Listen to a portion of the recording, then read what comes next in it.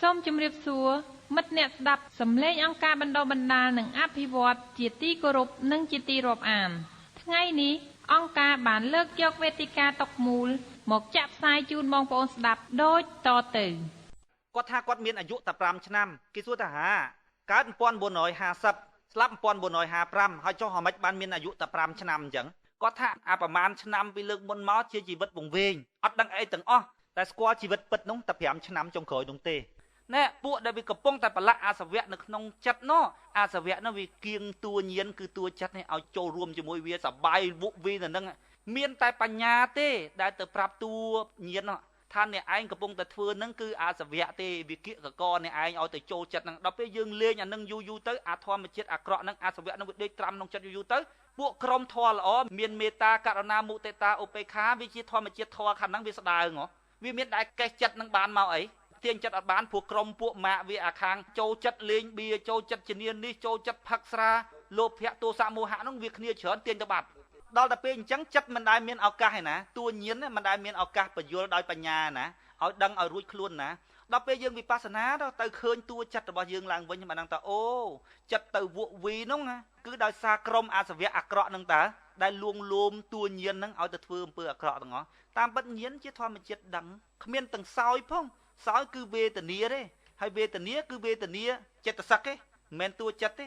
តួចិត្តគឺតួវិញ្ញាណទេវិញ្ញាណគឺជាធាតុធម្មជាតិដែលដឹងបើសម្អាតវាទាំងអស់វាភ្លឺណាស់អាហ្នឹងដូចខ្ញុំនិយាយថារូបប្រឡាក់រូបធម្មពលប្រឡាក់ធម្មពលដូចកញ្ចក់អញ្ចឹងកាលណាវាប្រឡាក់ដីយូរមើលលែងឃើញយើងច្រោះមុខមើលលែងឃើញញៀនក៏ដូចគ្នាកាលណាវាប្រឡាក់អាសវៈញៀនលែងដឹងខ្យល់អីវាបាំងអស់លែងភ្លឺអស់លែងពេលណាសម្អាតអាសវៈអស់ទៅវិញញៀននៅតែតួញៀនឡើងវិញញៀនពីណាក៏ដូចញៀនពីណាដែរដឹង10000លោកធាតុព្រះពុទ្ធថាឧតិបាតិញៀនណាងគឺញៀនកើតឡើងដឹងទាំងអស់ឡើងវិញដឹងខ្លួនវាជាតួញៀនទៅវិញហ្នឹងអាសវៈអស់លែងនៅពៀននៅត្រង់ហ្នឹងពេលហ្នឹងចិត្តហ្នឹងលែងជាប់ចម្ពាក់ពីពួកអីអស់គ្រឿងនាំហើយពួកម៉ាក់អាក្រក់ទៅអស់ហើយពេលឥឡូវហ្នឹងពេលតែហៅមកស្ដាប់ធម៌ពេលហៅទៅវិបស្សនាមិនមែនចិត្តភ័យទេមិនមែនតួញៀនភ័យអាសវៈភ័យអូអញ្ចឹងទៅលែងមានប្រពន្ធអញ្ចឹងលែងចង់បានអញ្ចឹងអាសវៈវាកេះសួរកេះញៀនសួរកុំទៅតិចលែងចង់បានបើប្រពុតព្រះបរមគ្រូនៃយើងប្រាប់ថាពេលអស់ទៅហៅថាបរមសុខណោះប្រពុត49ថ្ងៃ7អាទិត្យសោយវិមុតសុខអត់មានឆាន់អីទាំងអស់ប្រពុតដឹងប្រាប់ថាម៉េចថាបរមសុខសុខក្រៃណាសុខបើយើងគិតមើលទៅចិត្តក្រៅពីបាយចេញឥឡូវក្រៅពីបាយចេញតើចិត្តស៊ីអីបាយសម្រាប់រូបតាដល់ពេលចិត្តមានស្អីចិត្តស៊ីអារម្មណ៍ចម្រៀងពាក្យតសើទេសភាពស្អាតណារូបសម្ផស្សស្អាតមិនមានប៉ះបានណាចិត្តស៊ីអញ្ចឹងបានគេថាទេវតានឹកឆ្អែតព្រោះថារូបទេវតាមិនដឹងជាសោយអាហារស្អីផងប៉ុន្តែសម្រាប់ចិត្តវិញនឹកឃើញស្អីឆ្អែតនឹងនឹកឃើញស្អីឆ្អែតនឹងអានឹងហើយគេហៅអាហារទឹកព្រោះយើងគឺចិត្តហ្នឹងតែចិត្តឆ្អែតយើងហ្នឹងហើយឆ្អែតបានអីស៊ីបំនឹកឆ្អែតព្រោះសល់តែចិត្តហ្នឹងចិត្តតែអញ្ចឹងតាគេនិយាយថាហែងមើលឆ្អែតនៅហ៎ហែងស្ទាបឆ្អែតនៅហែងស្ដាប់ឆ្អែតនៅហ្នឹងឆ្អែតអញ្ចឹងចិត្តអញ្ចឹងអានឹងអាហារទឹកហ្នឹងពេញចិត្តឯងទេពេញចិត្តហែងនៅហ្នឹងត្រង់ហ្នឹងហើយបានអាត្មាសង្កេតឃើញក្មេងៗយើងយុវជនយើងនៅតាមស្រុកតាមស្រែដែលគាត់មានទម្លាប់មួយដោយថាចិត្តរបស់គាត់មិនត្រូវបានសម្អាតត្រូវមិនទិលអាសវៈកលេសវារត់រៀនអញ្ចឹងទៅវាជាទម្លាប់ព្រោះថាមនុស្សវាកើតចេញពីទម្លាប់ជារឿយទម្លាប់ខ្ជិលច្អូសក៏ខ្ជិលអញ្ចឹងទៅបើឪពុកម្ដាយប្រើថាទូចឯងទៅជួយភ្ជួរស្រែប្រហើយមួយងារពីរងារណាវាថាខ្ជិលណាអវល់ណាចុកហួលដៃហួលជើងចេះចុះទៅឪពុកម្ដាយបន្ទោសជាដើមប៉ុន្តែបើប្រើព្រឹកមិនបានទេតែបើល្ងាចនឹងបើថាមានរំធុងដោះធុងអីគឺគាត់ទៅរំទាំងពីយប់នឹងក្បាលល្ងាចទល់ព្រឹកបានគាត់អត់ថាហួលដៃហួលជើងព្រោះអីព្រោះចិត្តគាត់នឹងស្លតែជាមួយរាគៈហ្នឹងស្លតែសម្លរាគៈហ្នឹងដដែលអញ្ចឹងទៅខាប់នៅនឹងទៅវាអត់នេះទេតែចងជាប់ជាមួយស្អីវាញៀននឹងដូចថាញៀនបរិយញៀនអីហ្នឹងវាតាមធម្មតាអញ្ចឹងមើលកទូចឯងជួយកាប់ដីប្រហើយខាងក្រោយបន្តិចទៅកទូចអត់ទេខ្ជិលណាស់អីណាស់ប៉ុន្តែបើឲ្យគាត់មកអង្គុយមើលរឿងវីដេអូតាមកញ្ចក់ទូរទស្សន៍អីពី3ម៉ោងគាត់អង្គុយបានហើយបើឲ្យតែអង្គុយធរដូចថាយើងសិក្សាវិបស្សនាកម្មដ្ឋានអីបើឲ្យអង្គុយធរតាកន្លះម៉ោងអីហ្នឹង1ម៉ោងអីហ្នឹងគឺថាអង្គុយមិនបានស្ទុះគឺថាមិនសុខមិនស្រួលនៅក្នុងខ្លួននឹងតែម្ដងមិនព្រមឲ្យអង្គុយទេថាក្រោកទៅឈប់ទៅអីទៅអញ្ចឹងទៅគុំទៅខ្វល់អីជាមួយ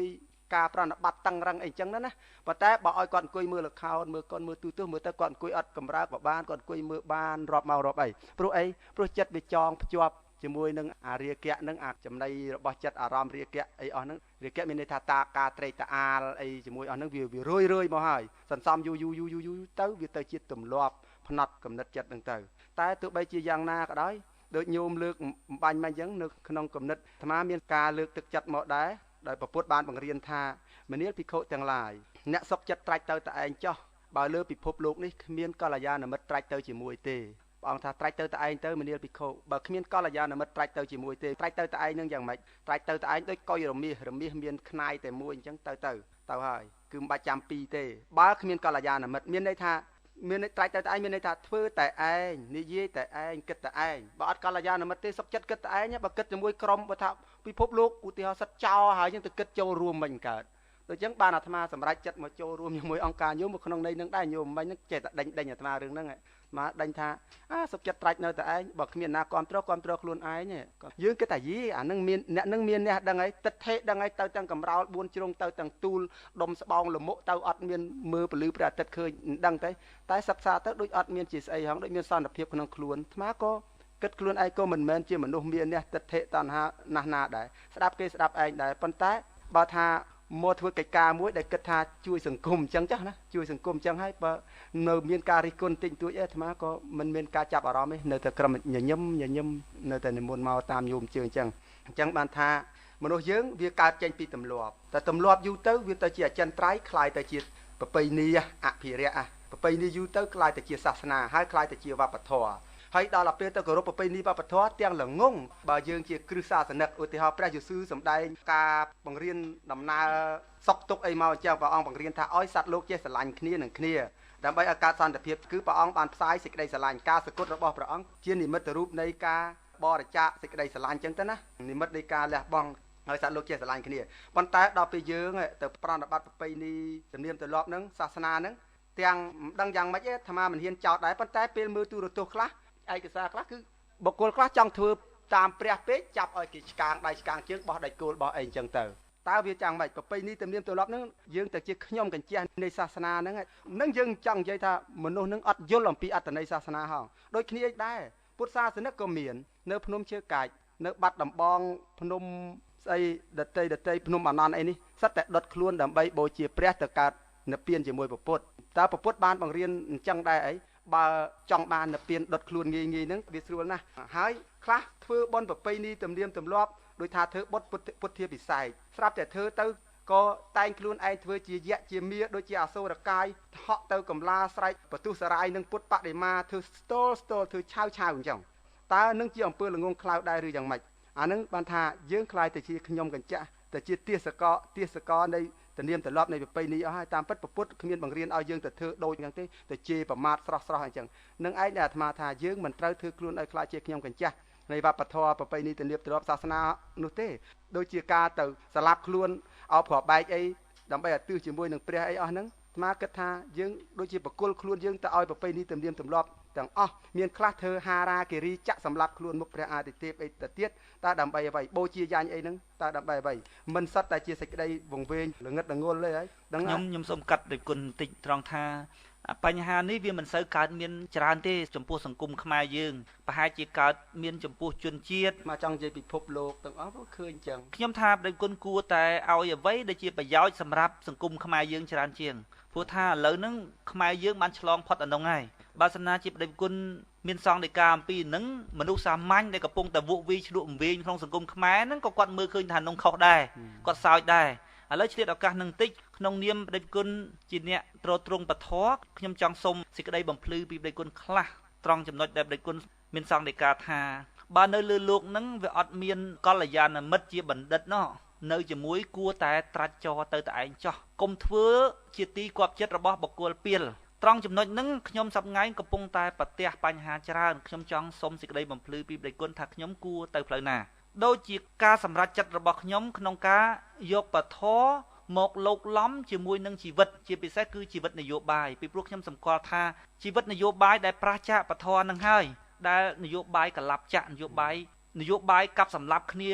មិនឈប់មិនឈរប្រទេសយើងអត់បានសេចក្តីសុខពីព្រោះតែនយោបាយឃ្លាតចាកពធនឹងហើយខ្ញុំយល់តាមការសិក្សារបស់ខ្ញុំទៅខ្ញុំឃើញថាព្រះពុទ្ធ ព្រះបរមគ្រូនៃយើងព្រះអង្គត្រាស់ដឹងមកហ្នឹងគឺព្រះអង្គចង់លុបបំបត្តិថាការយកធម៌ទៅសិក្សាតែពួកក្រុមមកពួកណានោះព្រះអង្គចង់យកមកឲ្យសត្វលោកទាំងអស់មានធម៌នៅក្នុងខ្លួនដោយការយល់ឃើញបែបហ្នឹងខ្ញុំប្រឹងទាញអស់ទំហឹងដើម្បីយកពធហ្នឹងមកប្រើក្នុងជីវិតនយោបាយឲ្យទាល់តែបានក៏ប៉ុន្តែសប្តាហ៍ថ្ងៃហ្នឹងក៏ខ្ញុំបានទទួលការរិះគន់មកច្រើនណាស់មិនតិចទេថាខ្ញុំហ្នឹងធ្វើឲ្យចុះអន់ថយពធយកពធហ្នឹងមកលោកឡំជាមួយនឹងនយោបាយបើយើងជាមនុស្សល្អជាមែនកុំយកពធរបស់ប្រពុតហ្នឹងយកមកលោកឡំជាមួយនឹងនយោបាយហើយមានរឿងច្រើនទៀតដែលមនុស្សធម្មតាគេរុញយើងឲ្យធ្វើឧទាហរណ៍ថាខ្ញុំធ្វើនយោបាយខ្ញុំថាទាំងគ្នាឯងទាំងគ្នាគេគឺត្រូវតែវាយទាំងអស់មិនត្រូវចាត់ទុកអ្នកនេះអ្នកនោះថាជាសត្រូវទេឲ្យតែខូចគឺត្រូវតែដេញអំពើអាក្រក់នឹងចេញពីក្រុមយើងគ្មានខ្ទប់គ្មានអីទេគ្មានថាបាំងបាត់ក្រុមយើងអីទុកក្រុមយើងម្ដុំទុកក្រុមគេផ្សេងអីអញ្ចឹងអត់ទេគឺថា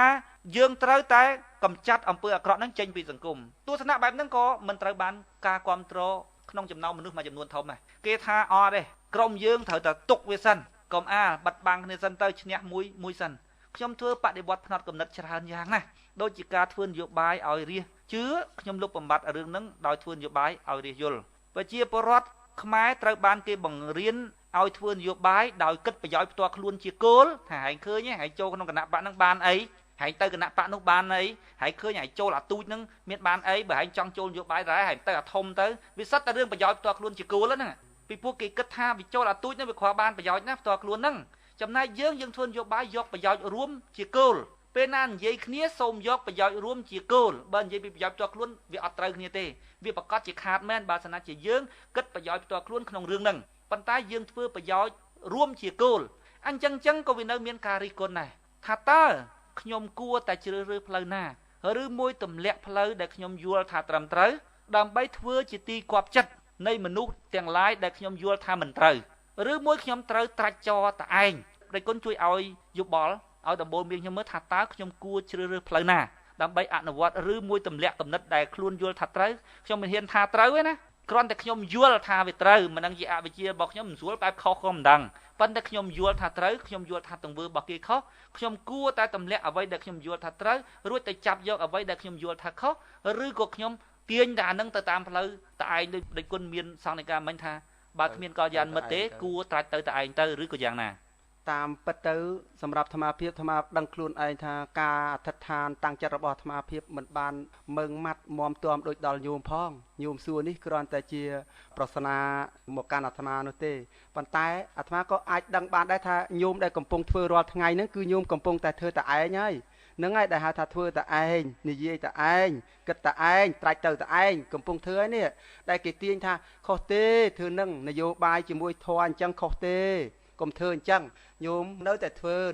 អានឹងឲ្យត្រាច់ទៅតែឯងអាត្មាគិតថានឹងឲ្យជាដំណើរតែឯងដែលប្រពុតថាធ្វើចោះតែឯងបើគ្មានកល្យាណមិត្តនេះក្នុងលក្ខខណ្ឌដែលគ្មានកល្យាណមិត្តទេណាតែអាត្មាមិនអាចហ៊ាននិយាយចោទថាសុខខ្មែរទាំងអស់គ្មានកល្យាណមិត្តសម្រាប់ញោមនោះទេមិនថាដល់ប៉ុណ្ណឹងទេតែបើសម្រាប់ថាតថភាពជាក់ស្ដែងមែនជីវិតញោមគ្មានកល្យាណមិត្តទេមើលទៅការសែបគប់ដូចគ្មានទុកចិត្តគ្មានទីពឹងនឹងនរណាសោះការដែលធ្វើរបស់ញោមនេះគឺជាដំណើរតែឯងហើយគេទាញទៅនោះ100នាក់ញោមទាញពួរមកតែឯងតើដំណើរហ្នឹងនៅពេលណាដែលនឹងអាចជោគជ័យមកដល់ញោមដូចជាគេថាធ្វើនយោបាយជាមួយធម៌លោកឡំគ្នាមិនត្រូវអាត្មាធ្លាប់និយាយឲ្យមកតើក្នុងតុកមូលកន្លងមកអីអាត្មាចេះនិយាយ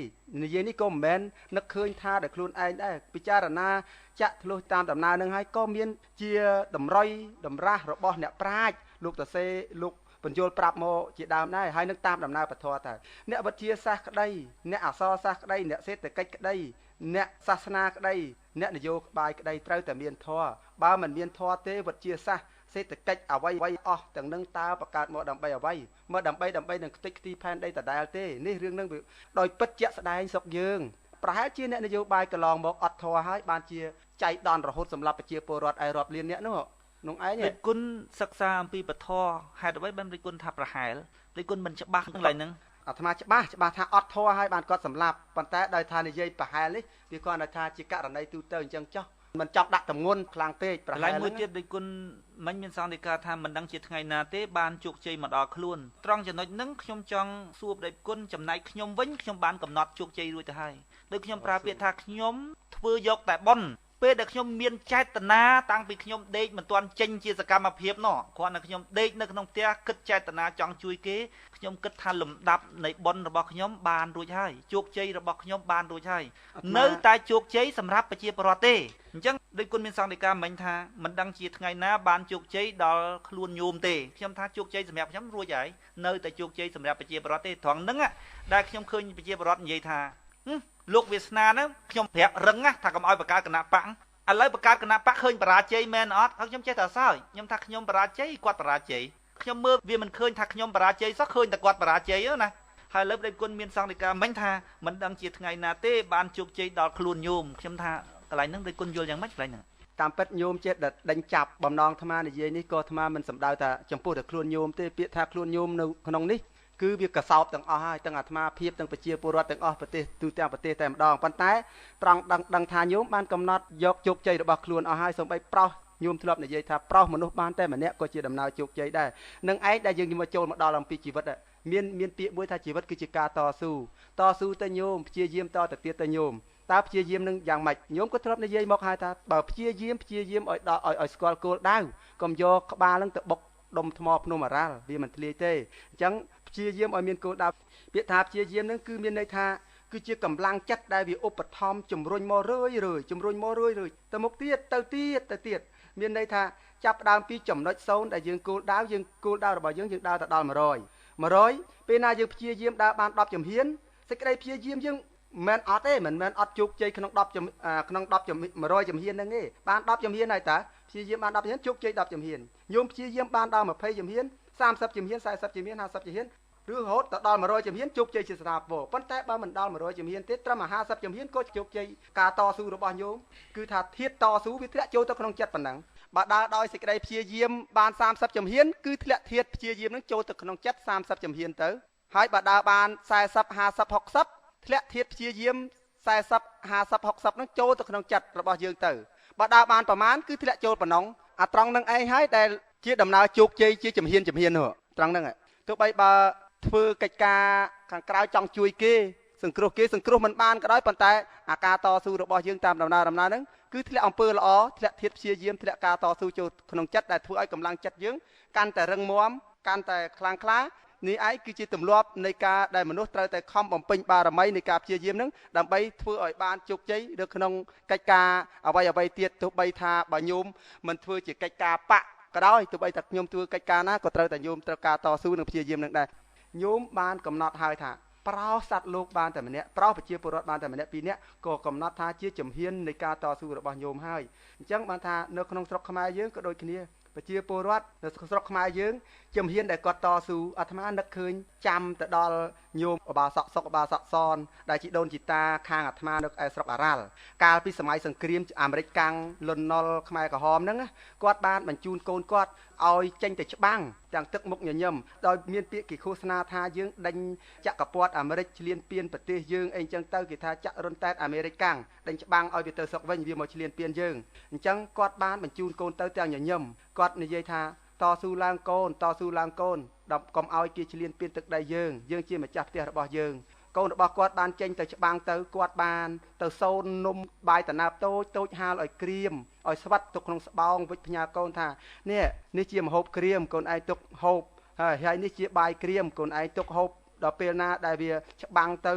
មានការជាប់ដៃច្បាំងគ្នាមិនអាចចេញពីសមរភូមិបានកូនឯងបៀម្ដុំនេះទៅហើយដើម្បីឲ្យវាកើតជីវជាតិនៅក្នុងខ្លួនក្រែងវាដាច់ជាតិអាហារហើយតទៅពេលមកដល់តស៊ូទៅបានសម្រេចដោយប្រាថ្នាមែនកាលហ្នឹងអាមេរិកកាំងក៏វាទៅសុកបានទៅអញ្ចឹងគាត់ថាគាត់បានជោគជ័យហើយតែដល់ឥឡូវ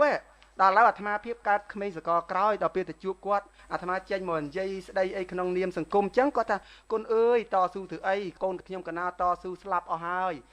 គ្មានបានប្រយោជន៍អីទេខ្ញុំកណាក្រប្រពន្ធអីនៅមេម៉ាយសត្វតាត់ផ្សែងត្រែងគុណអើយគួរឲ្យខ្លាចហើយគាត់ថាអញ្ចឹងគួរឲ្យខ្លាចហើយ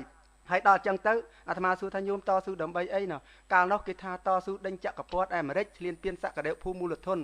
អូញោមតស៊ូដេញមូលធនសក្តិភូមិអាមេរិកឥឡូវការតស៊ូរបស់ញោមបានសម្រេចអីតាអាមេរិកទៅសុកបាត់ហើយហ្នឹងមានន័យថាញោមបំណងដេញគេឥឡូវវាទៅអស់ហើយចុះ ឥឡូវញោមថាអត់បានសម្រេចមិនបានញោមថាមិនជោគជ័យទៅវិញ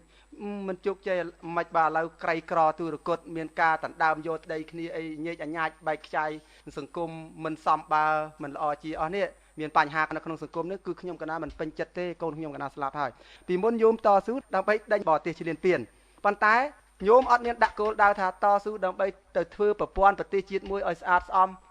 ទៅធ្វើច្បាប់ទម្លាប់ប្រព័ន្ធសុខទេសគ្រប់គ្រងរដ្ឋឲ្យបានល្អឲ្យបានប្រសើរណាឲ្យថាទាំង10000មន្ត្រីទាំងរាជទាំងស្ដេចទាំងអីនៅក្រោមច្បាប់ទាំងអស់ណាប្រព័ន្ធច្បាប់យើងអត់ទាន់ល្អទេឥឡូវញោមសូមកលេចមើលម្ដងទៀតបើច្បាប់យើងវាធ្លុះធ្លាយចន្លោះប្រហោងអញ្ចឹងបើញោមគិតថាការតស៊ូមួយទៀតអាចកើតឡើងគឺញោមតស៊ូដើម្បីគោលដៅហ្នឹងដើម្បីទៅធ្វើប្រព័ន្ធសុខទេសមួយឲ្យថាឲ្យអំណាចមកដល់រាជអញ្ចឹងទៅដូច្នេះអ្វីដែលនិយាយបញ្យល់ប្រាប់គាត់ទៅគាត់ដូចជាបាក់ស្បាតគាត់ថាគួរឲ្យខ្លាចហើយខ្ញុំកណាដូចមិនចង់ហ៊ានចូលរួមអីតទៅទៀតដែរគឺខ្លាចតែម្ដងគ្រាន់តែឮពាក្យនយោបាយខ្លាចដល់ពេលប្រជាពលរដ្ឋខ្លាចចេះអាត្មាសួរញោមវិញញោមជាអ្នកនយោបាយដែលថាតស៊ូដើម្បីជីវិតដើម្បីបុព្វហេតុជីវិតហ្នឹងតើញោមមានតិចនិចអីបច្ចេកទេសអីមានសិល្បៈអីដើម្បីនាំគាត់អំពីការភ័យខ្លាចហ្នឹងដើម្បីឲ្យចូលរួមធ្វើការតស៊ូម្ដងទៀតដើម្បីដាក់ប្រព័ន្ធនៅក្នុងប្រទេសឲ្យជាប្រព័ន្ធគ្រប់គ្រងរដ្ឋស៊ីវិល័យប្រកបទៅដោយសេចក្តីសុខដុមរមនាសុខុមាលភាពដល់សង្គមនោះក្នុងនាមជា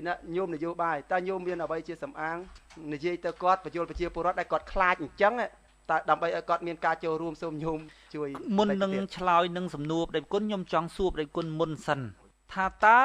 ការចំនួនពុទ្ធកាលហ្នឹងណាពុទ្ធអាចប្រោះមនុស្សទាំងអស់បានដែរឬទេហើយមនុស្សប្រភេទណាដែលពុទ្ធព្រះបរមគ្រូនៃយើងព្រះអង្គប្រោះមិនបានតើពុទ្ធព្រះបរមគ្រូនៃយើងព្រះអង្គដែលអាចប្រោះមនុស្សដែលមិនស្ដាប់រួចអត់ត្រង់ចំណុចហ្នឹងខ្ញុំចង់សួរប្តីគុណជាមុនសិនតើពុទ្ធព្រះបរមគ្រូនៃយើងព្រះអង្គដែលអាចប្រោះមនុស្សដែលមិនព្រមស្ដាប់អីទាំងអស់ស្ពាយទិដ្ឋិថាអញ្ចឹងមកពីផ្ទះហ្នឹងហើយពេលណាគេនិយាយគាត់យកដៃញុកតាជាដល់ពេលអស់វិធីប្រោះតាមការបញ្យល់គេលើករូបភាពបង្ហាញគាត់ដើម្បីឲ្យគាត់បានយល់តាមរយៈរូបភាពគាត់មានទិដ្ឋិថាប្រហែលអានឹងចង់បានអីពីអញទៀតហើយគាត់បិទភ្នែកមនុស្សប្រភេទហ្នឹងសួរថាតើពុទ្ធព្រះបរមគ្រូនៃយើងមានវិធីប្រោះរួចអត់ហើយបើពុទ្ធព្រះបរមគ្រូនៃយើងមានវិធីប្រោះរួចហេតុអីបានសត្វលោកជំនាន់នោះនៅសល់ព្រះអង្គមិនប្រោះទៅអស់ទ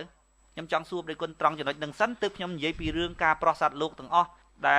ប្តីគុណថាខ្ញុំជាអ្នកនយោបាយគួរតែប្រោះសត្វលោកទាំងអស់ហ្នឹងតាមរបៀបម៉េចឲ្យអ្នកទាំងអស់គ្នានឹងមកយល់ត្រូវបានណាតាមដំណើរសំណួររបស់ញោមនេះអាត្មាក៏មិនបានសង្កត់ធ្ងន់ទៅលើថាតើទៅលើបុគ្គលដែលហៅថានិយតតិដ្ឋិទៀងតែធ្លាក់នរកនោះដែរពុទ្ធលោកថាបុគ្គលបែបហ្នឹងប្រោសមិនបានទេប៉ុន្តែអំបាលរឿងរ៉ាវអាត្មានិទានមិញគឺជាអារម្មណ៍ភ័យខ្លាចរបស់គាត់ទេបើសិនណាជាគាត់ស្ដាប់គាត់អាចកើតមានបញ្ញាយល់ដឹងនៅសេចក្តីពិតបានហើយវាស៊ីសងទៅនឹងអ្នកដែលមានបញ្ញាឆ្លៀវនៅក្នុងការបញ្យល់គាត់ផងដែរប៉ុន្តែបើដោយអាត្មាអញ្ចឹងទោះបីខំនិយាយយ៉ាងណាជួនកាលក៏គាត់ស្ដាប់មិនបានចឹងអាត្មាសួរតែញោមប៉ុន្តែបើសម្រាប់បុគ្គលដែលមិនស្ដាប់ឆ្លើយដោយខ្លីទៅគឺថាបើអត់ស្ដាប់ហើយបានអីឮហើយបើអត់មើលបានអីឃើញតែប៉ុណ្ណឹងណាញោមនឹងហើយនិយតតិដ្ឋិដែលថាអញមិនស្ដាប់អញមិនមើលបើតែប៉ុណ្ណឹងចប់ហើយប៉ុន្តែនេះនិយាយនេះក្នុងន័យដែលនៅអាចកោសរស់បានអាសវៈកលេសវាស្ដាងវាមានអាសវៈភ័យខ្លាចអាសវៈ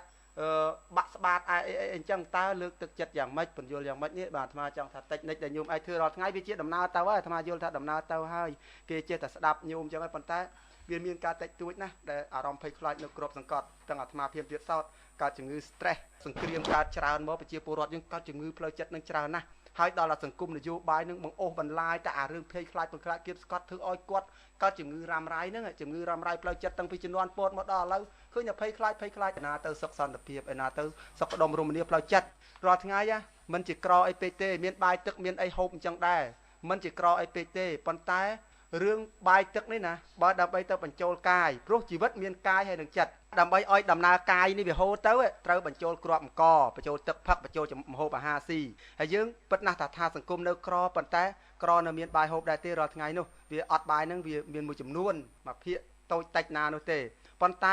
ែបើមានតែបាយហូបនៅខ្វះមួយគឺខ្វះចំណីផ្លូវចិត្តនេះថាមកពលផ្លូវចិត្តវាត្រូវសេចក្តីសុខដុមរមនាវាត្រូវសេចក្តីស្ងប់វាថាសបាយអាការីធ្វើខ្លួនឲ្យជាមានសេរីភាព free ឲ្យចិត្តសេរីនេះដូចថាវាខ្វះចំណូលសេរីភាពនឹងដូចចឹងហើយធ្វើឲ្យមានសេចក្តីភ័យខ្លាចនឹងច្រើនដល់ភ័យខ្លាចច្រើននឹងឯងបានថាអាចជំងឺនឹងជាតែបន្តអាត្មាសឹងថាអ្នកនយោបាយហើយអីក៏ធ្វើបាបផ្លូវចិត្តប្រជាពលរដ្ឋអីឲ្យគាត់ក្រំទ្រូងពិបាកខ្លាចយូរម៉េះខ្ញុំរស់រាល់ថ្ងៃរស់ដូចស ស្លាប់ហើយនេះខ្ញុំចង់ឆ្លើយសំណួរប្តីគុណមិញហ្នឹងព្រោះខ្ញុំយល់ខ្លួនឯងខ្ញុំយល់ថាសម្រាប់បុគ្គលដែលមិនស្ដាប់បើគាត់ស្ពាយទៅថេថាអ្នកនយោបាយណាក៏ដូចអ្នកនយោបាយណាដែរនោះនយោបាយបានស៊ីឯងនយោបាយគឺរឿងរបស់អ្នកលើមិនមែនរឿងរបស់យើងអ្នកតូចទេធ្វើស្រែនៅតែធ្វើស្រែអាណាឈ្នះក៏យើងនៅតែធ្វើស្រែដែរទៅថេបើគាត់មានទៅថេអញ្ចឹងណាគាត់អត់មកស្ដាប់យើងទេ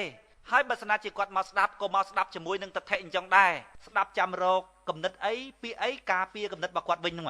ស្ដាប់ក្នុងន័យអញ្ចឹងបើស្ដាប់ក្នុងន័យអញ្ចឹងខ្ញុំជួយមិនបានទេទី1គឺគាត់មិនស្ដាប់ទី2បើគាត់មកស្ដាប់ហើយគាត់ស្ពាយទៅថេគាត់ស្ពាយអកតេ4យ៉ាងជួនកាលស្ពាយអកតេលំអៀងដោយស្អប់ជួនកាលលំអៀងដោយស្រឡាញ់ជួនកាលលំអៀងដោយខ្លាចជួនកាលលំអៀងដោយមោហៈ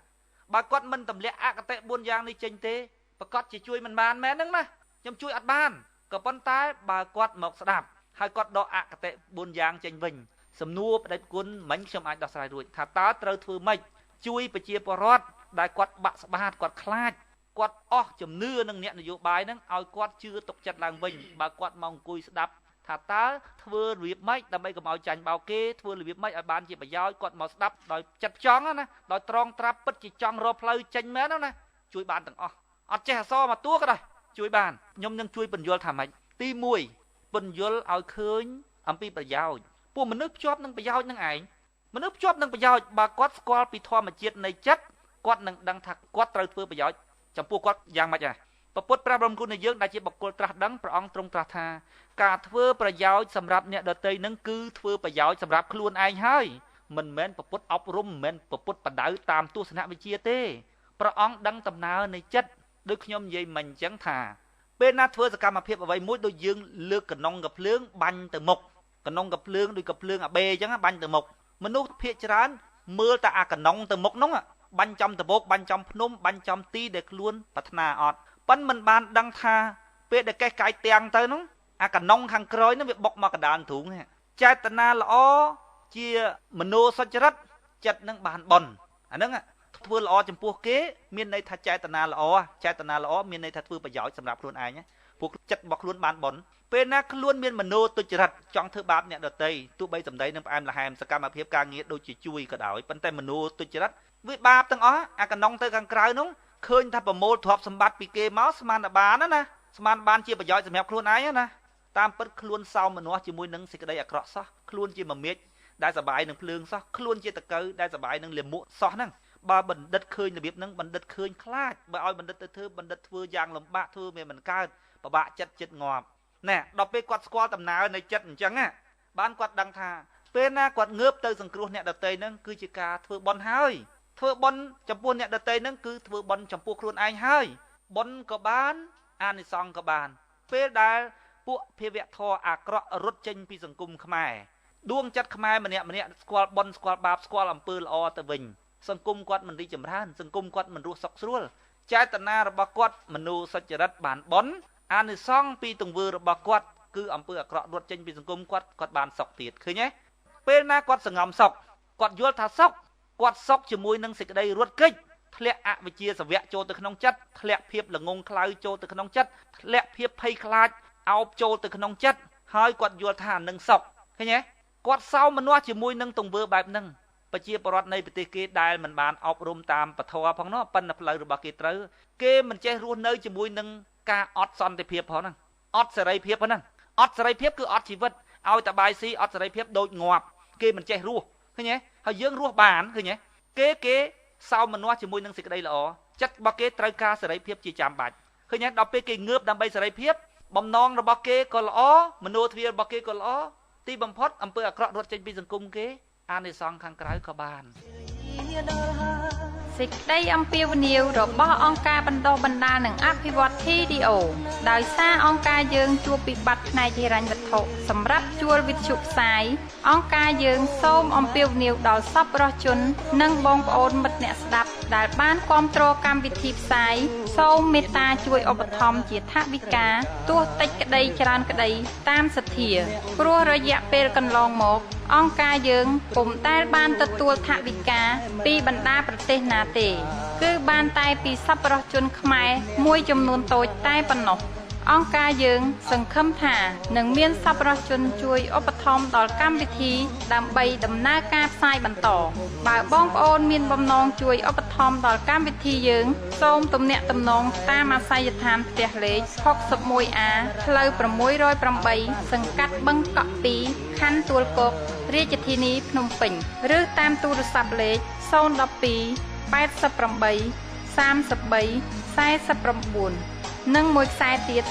012 188 54 40សូមអរព្រះគុណនិងសូមអរគុណ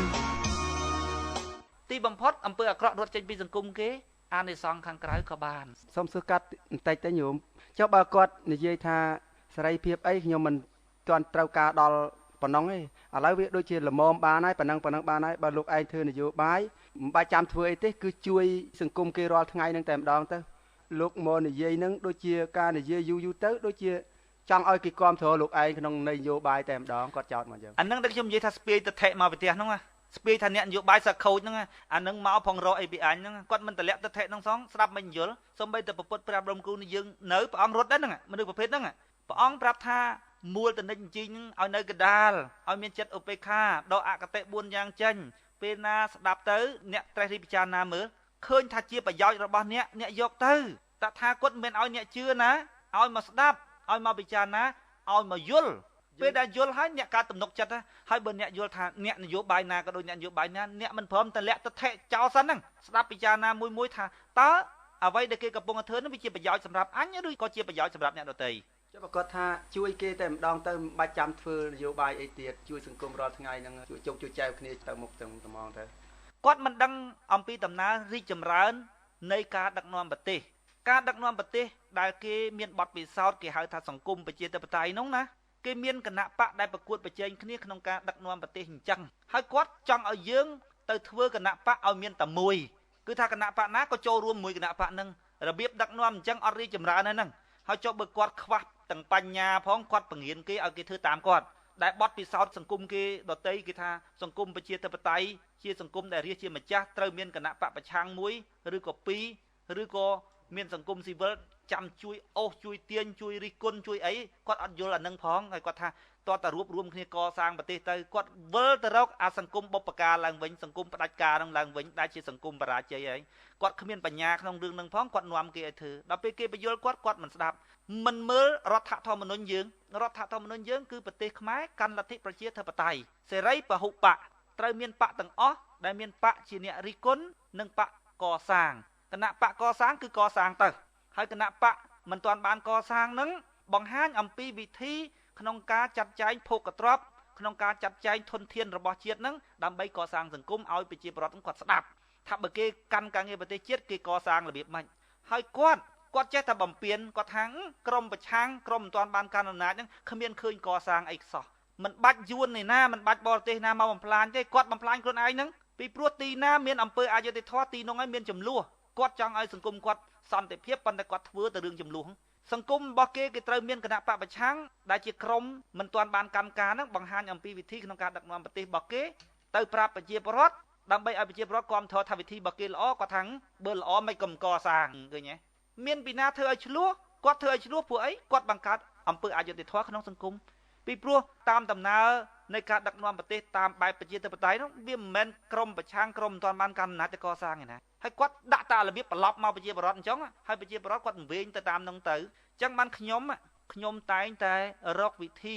ត្រេះរិះយ៉ាងណាដើម្បីបំបែកគំនិតអសកម្មរបស់ប្រជាពលរដ្ឋខ្ញុំថាឲ្យតែប្រជាពលរដ្ឋស្ដាប់ហើយដកអកតេ4យ៉ាងចេញគាត់ចង់រកផ្លូវចេញខ្ញុំបញ្យល់តតែយល់ត្រង់ចំណុចមួយដែលខ្ញុំធ្លាប់លើកឧទាហរណ៍ម្ដងហើយឧទាហរណ៍ថាក្រុមចៅមួយវាលួចរបស់គេសួរថានៅស្រុកគេពិចារណាយ៉ាងម៉េចបានគេចាប់មនុស្សច្រើនពួកម៉េះដែលគ្រាន់តែចៅលួចមួយទៅចាប់មនុស្សឲ្យច្រើនពួកម៉េះគេធ្វើច្បាប់ចងទាំងអស់ឧបមាថាសោកប៉ាន់ហេតុអីបានមិនចាប់តែអ្នកស៊ីសំណូកចាប់អ្នកសោកដែរពីព្រោះវាជាធាតុផ្សំដើម្បីឲ្យកើតអំពើសោកប៉ាន់ឡើងបើវាមានតែអ្នកស៊ីវាអត់មានអ្នកសោកក៏វាអត់ចេញរួចដែរអំពើសោកប៉ាន់ហ្នឹងដោយពិចារណាអញ្ចឹងបានជាគេធ្វើច្បាប់ចាប់ក្រុមចៅទាំងអស់ចៅមួយគេចាប់យកទៅមកសតុះគេមកចាប់ម្នាក់ទៀតហ្នឹងគេថាហ៊ីខ្ញុំមិនមែនចៅផងមិនបានមកចាប់ខ្ញុំថាអ្នកឯងមិនមែនចៅមែនបើអ្នកឯងអង្គុយមើលផ្លូវឲ្យចៅ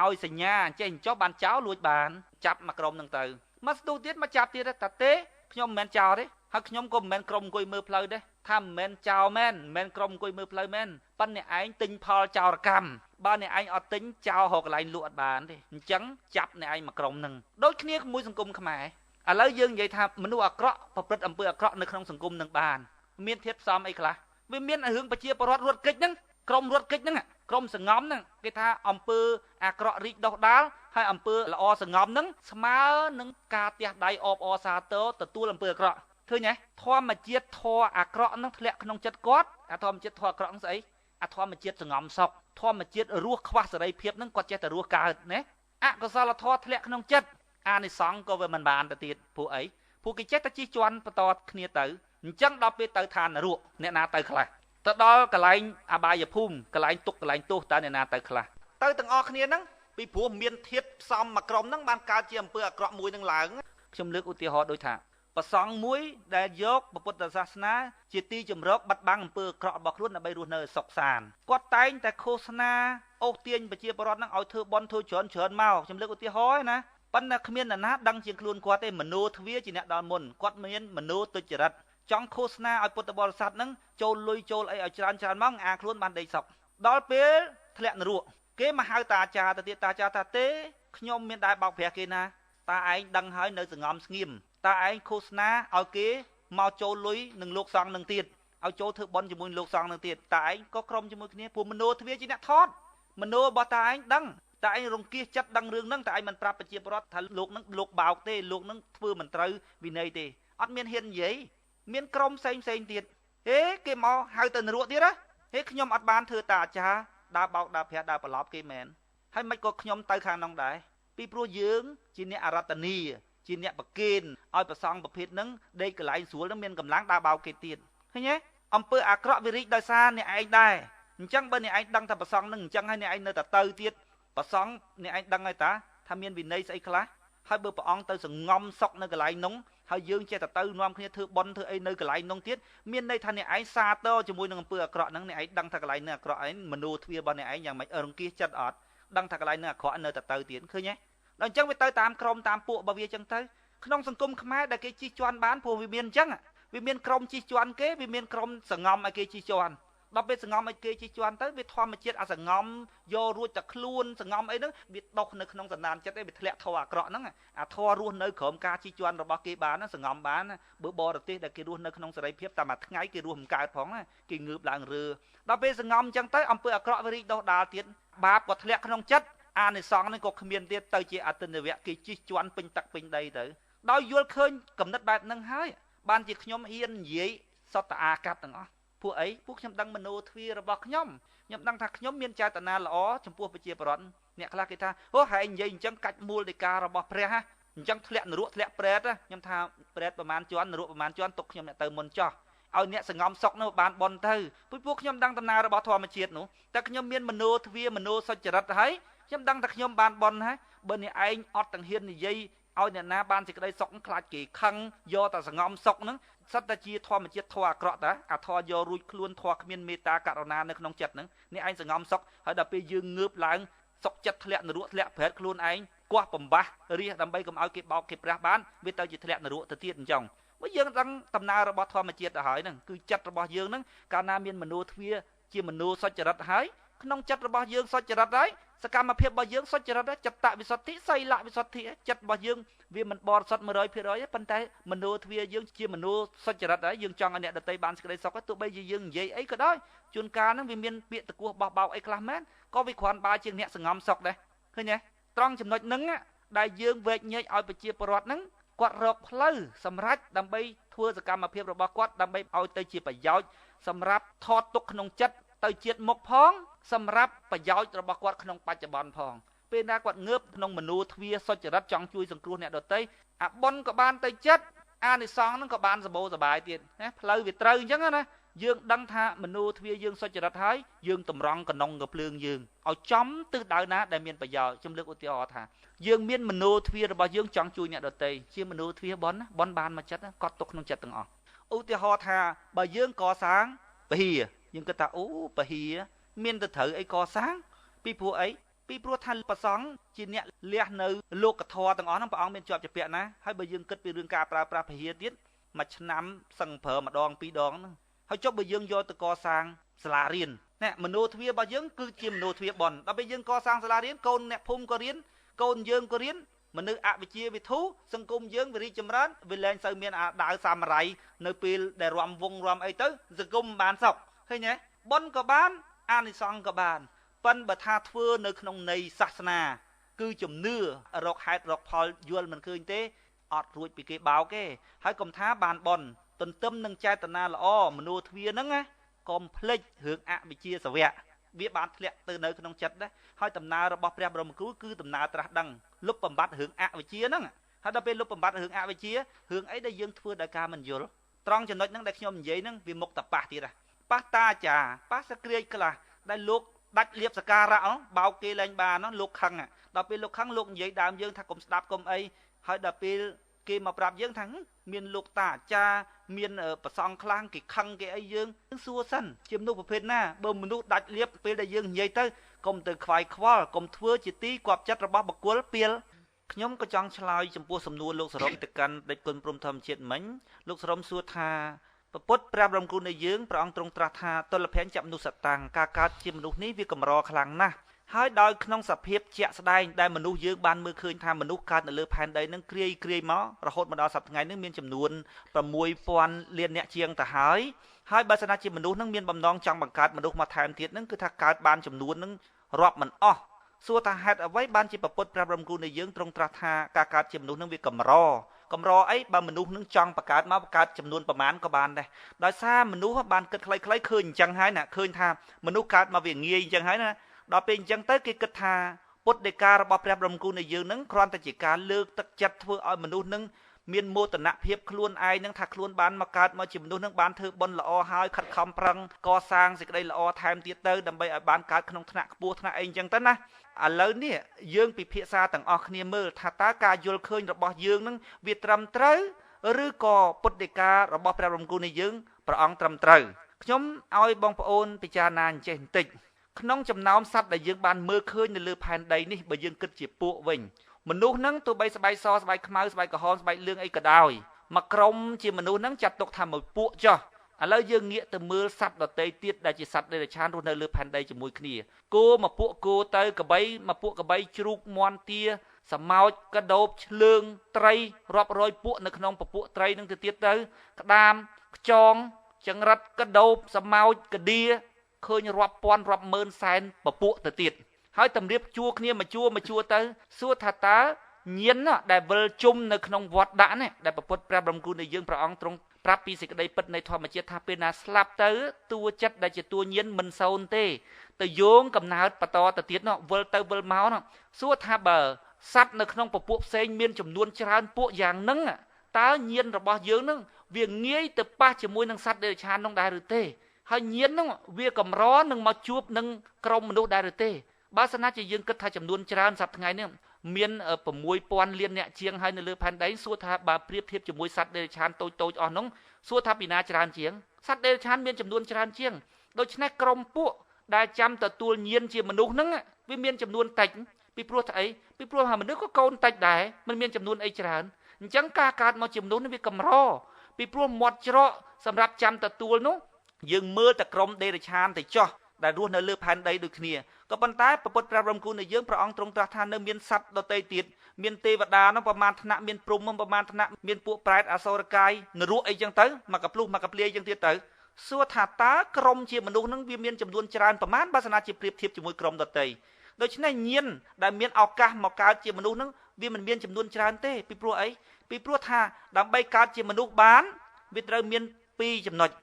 ទី1គឺរូបទី2គឺនាមគឺធម្មពលជាតួចិត្តនឹងហើយចុះបើសិនជារូបនេះមិនត្រូវបានប្រឌិតឡើងមិនត្រូវបានកកើតឡើងដោយមេត្តាបិតារបស់យើងមិនបានរួមប្រវេណីជាមួយគ្នាសួរថាតើញៀននឹងមានឱកាសនឹងមកកើតជាមនុស្សនឹងបានអត់មិនងាយទេ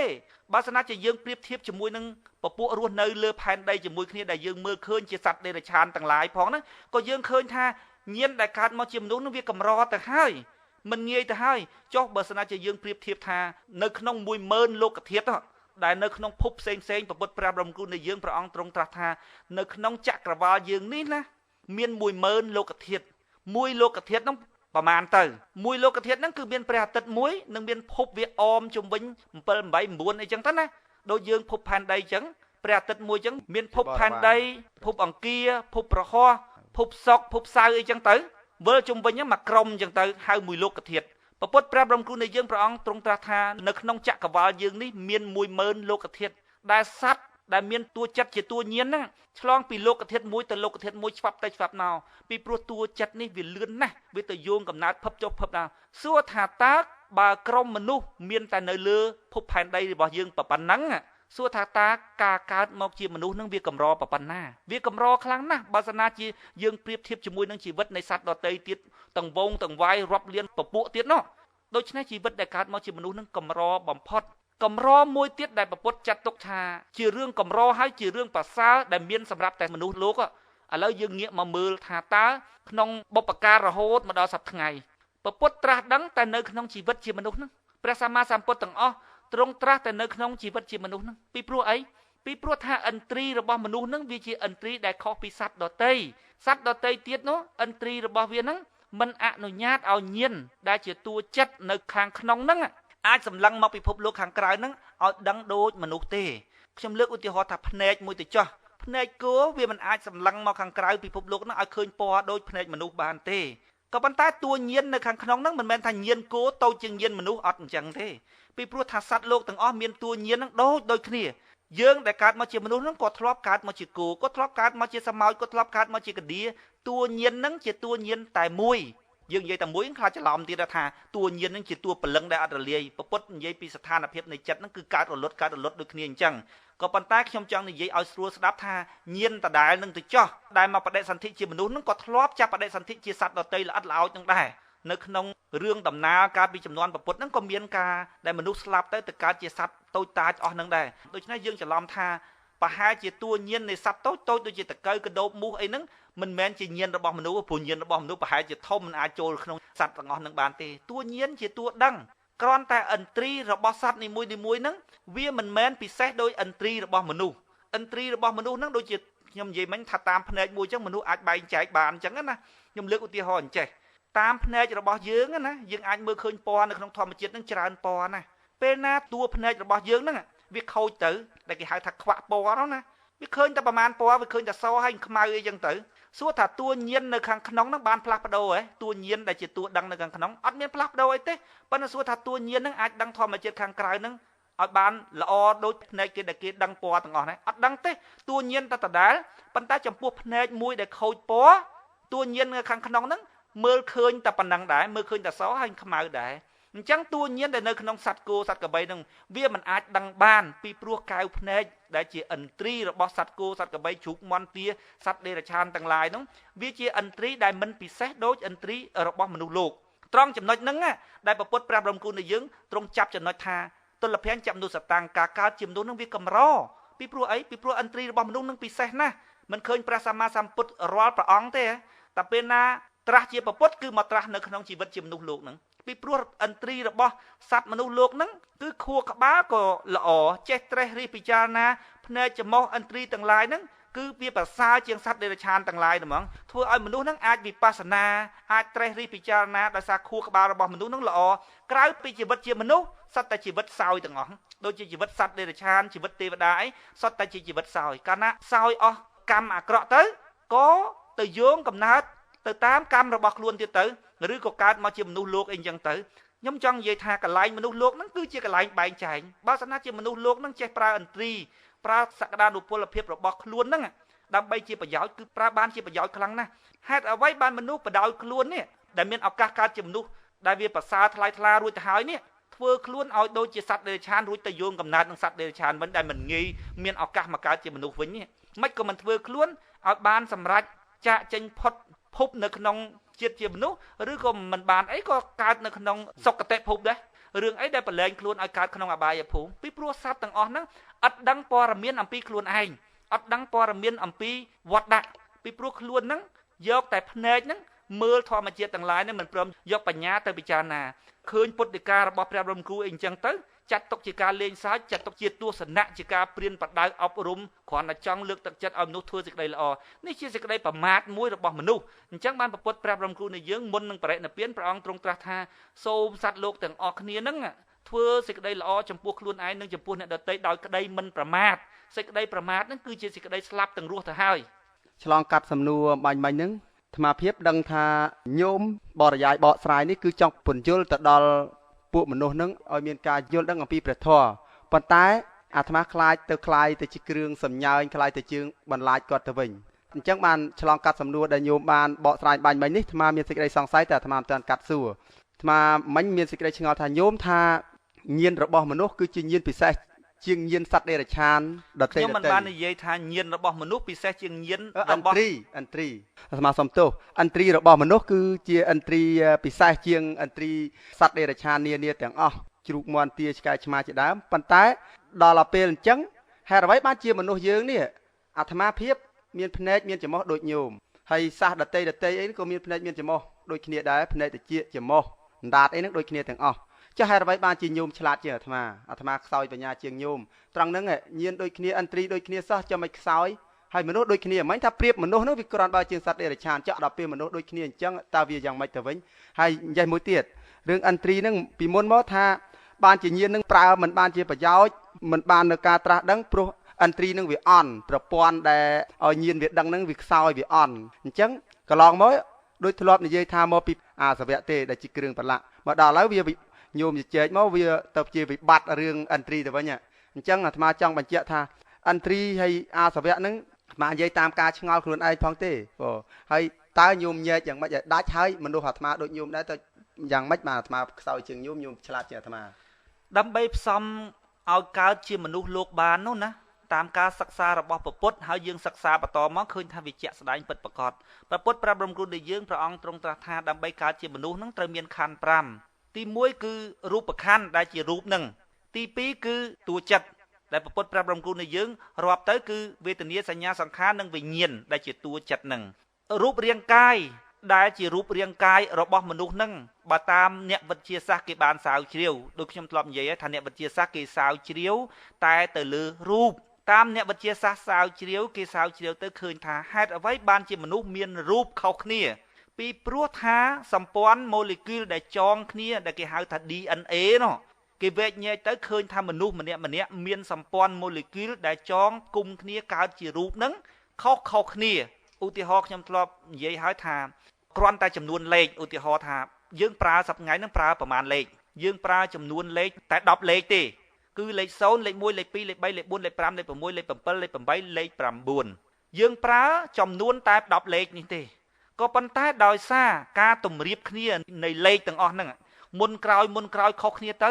យើងអាចបានចំនួនលេខខុសពីគ្នានឹងរាប់កោតមិនដឹងជាប្រមាណកោតប្រមាណលានទេលេខ1ខុសពីលេខ2ខុសពីលេខ1លាន1លាន1 1លាន3 1លាន7 1លាន8សួរថាតើលេខទាំងអស់ដែលខុសគ្នាហ្នឹងវាបង្កើតឡើងដោយចំនួនប្រមាណថាកើតមកតាពីលេខ0លេខ1លេខ2លេខ3លេខ4លេខ5លេខ6លេខ7លេខ8លេខ9តែប៉ុណ្ណឹងវាបង្កើតមកតាសម្ព័ន្ធនៃលេខប៉ុណ្ណឹងរាងកាយយើងក៏ដូចគ្នាផ្សំឡើងដោយធាតុច្រើនយ៉ាងណាដោយព្រះពុទ្ធប្រាប់រំគូនៃយើងព្រះអង្គទ្រង់ថាកាយហ្នឹងកើតឡើងដោយដីទឹកភ្លើងខ្យល់តាមពិតព្រះអង្គដឹងអស់ហើយអំពីរូបរាងកាយហ្នឹងល្អិតផុសផង់ហើយប៉ុន្តែព្រះអង្គមិនបានសរសេរប្រាប់យើងអំពីធាតុមួយដែលជារូបរាងកាយទេពីព្រោះព្រះអង្គលម្អិតឲ្យមនុស្សដែលជារឿងពិបាកយល់ជាងគេហ្នឹងគឺតួចិត្តហ្នឹងត្មងបើសិនជាតាមអ្នកវិទ្យាសាស្ត្រគេនិយាយហ្នឹងគឺគេថានៅក្នុងខ្លួនយើងហ្នឹងមានសូដ្យូមប៉ូតាស្យូមកាល់ស្យូមជាតិដែកជាតិរ៉ែរាប់រយមុខដោយសារសម្ព័ន្ធនៃធាតុទាំងអស់ហ្នឹងហើយធ្វើឲ្យរូបរាងកាយរបស់មនុស្សយើងហ្នឹងវាខុសគ្នាអាហ្នឹងនិយាយពីរឿងរូប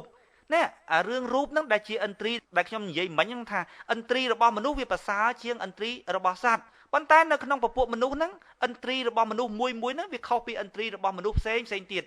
ដោយសារសម្ព័ន្ធនៃម៉ូលេគុលធាតុនីមួយដូចខ្ញុំនិយាយខាងដើមអញ្ចឹងថាកាល់ស្យូមសូដ្យូមប៉ូតាស្យូមអញ្ចឹងវាតម្រៀបជួរគ្នាអញ្ចឹងទៅវាធ្វើឲ្យមនុស្សហ្នឹងមានរូបរាងមុខមាត់ខុសគ្នាហើយខាងក្នុងខ្លួនរបស់មនុស្សហ្នឹងក៏វាខុសគ្នាដែរឧទាហរណ៍ថាខួរក្បាលរបស់មនុស្សដែលផ្សំឡើងដោយសម្ព័ន្ធម៉ូលេគុលមួយយ៉ាងអញ្ចឹងទៅវាធ្វើឲ្យខួរក្បាលហ្នឹងវាមានបញ្ញាជាងអញ្ចឹងហ្មងគឺសម្ព័ន្ធ នៃម៉ូលេគុលហ្នឹងវាបានបង្កើតជាខួរក្បាលមួយដែលពូកែជាងអញ្ចឹងទៅណាយើងលើកឧទាហរណ៍ដូចជាក្នុងកុំព្យូទ័រអីអញ្ចឹងទៅ hard disk របស់វាធំអីអញ្ចឹងទៅវាធ្វើឲ្យរូបរាងកាយហ្នឹងវាខុសពីរូបរាងកាយរបស់មនុស្សផ្សេងមួយទៀតដល់ពេលអញ្ចឹងវាតាក់ទងជាមួយនឹងដំណើរការនៃការគិតនោះណាពីព្រោះថាតួចិត្តហ្នឹងវានៅសពសារពាង្គកាយទាំងអស់តែយើងក្តិចតាណាឈឺបាសតាណាទៅយើងដឹងបាសតាណាយើងទទួលបាននៅអារម្មណ៍គឺមានតួញៀននៅកន្លែងនោះទាំងអស់ប៉ុន្តែតួញៀនដែលជាតួចិត្តចេះពិចារណានោះវាធ្វើដំណើរការរបស់វាតែនៅក្នុងសាច់ដុំនៃខួរក្បាលទេនៅក្នុងមជ្ឈមណ្ឌលនៃសាច់ដុំខួរក្បាលទេដោយសារសាច់ដុំនៃខួរក្បាលនេះគឺជាធាតុរូបគឺជារូបទេដូចខ្ញុំបាននិយាយខាងដើមអញ្ចឹងថារូបបង្កើតឡើងដោយរចនាសម្ព័ន្ធនៃម៉ូលេគុលធាតុផ្សំវានឹងខុសគ្នាធ្វើឲ្យខួរក្បាលនៃមនុស្សម្នាក់ខុសពីខួរក្បាលនៃមនុស្សម្នាក់ទៀតអញ្ចឹងហើយបានដេចគុណសួរខ្ញុំថាចុះហេតុអ្វីកើតមកជាមនុស្សមិនក៏មនុស្សនេះឆ្លាតជាងមនុស្សនោះពីព្រោះដោយសារសាច់ដុំនៃខួរក្បាលហ្នឹងវាមានសម្ព័ន្ធម៉ូលេគុលវាខុសគ្នាអញ្ចឹងទៅវាធ្វើឲ្យសាច់ដុំខួរក្បាលរបស់អ្នកនេះខុសពីសាច់ដុំខួរក្បាលអ្នកនោះអញ្ចឹងទៅរាងកាយរបស់អ្នកនេះវាទន់ភ្លន់វាមានអត្ថិភាពសម្រាប់រត់លឿនរត់អីជាងបុគ្គលមួយផ្សេងទៀតទៅមានរូបរាងខុសគ្នាពីបុគ្គលមួយផ្សេងទៀតអញ្ចឹងទៅដោយសាររចនាសម្ព័ន្ធនៃម៉ូលេគុលដែលផ្សំឡើងជារូបអញ្ចឹងទៅគឺព្រោះតែដោយសម្ព័ន្ធនៃម៉ូលេគុលដែលផ្សំឡើងជាខួរក្បាលរបស់មនុស្សហ្នឹងវាខុសគ្នាអញ្ចឹងទៅបានជាភាពវាងវៃភាពរហ័សរហួននៃខួរក្បាលរបស់មនុស្សហ្នឹងក៏វាខុសគ្នាអញ្ចឹងទៅដែរ